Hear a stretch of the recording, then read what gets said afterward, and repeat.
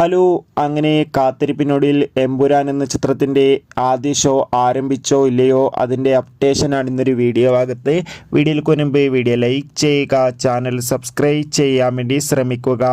മോഹൻലാൽ നായകനായെത്തി പൃഥ്വിരാജിൻ്റെ സംവിധാനത്തിൽ ലാലേട്ടനെ കൂടാതെ മഞ്ജു വാര്യർ, ടൊവിനോ തോമസ് എന്നൊക്കെ പ്രധാന കഥാപാത്രങ്ങളായെത്തി ഇന്ന് മാർച്ച് 27 റിലീസിനെത്തുന്ന ചിത്രമാണ് എമ്പുരാൻ. എല്ലാ സിനിമാ പ്രേമികളും ഒരേപോലെയാണ് എമ്പുരാൻ എന്ന ചിത്രത്തിൻ്റെ ഓരോ അപ്ഡേഷനും അറിയാൻ വേണ്ടി കാത്തിരുന്നത്.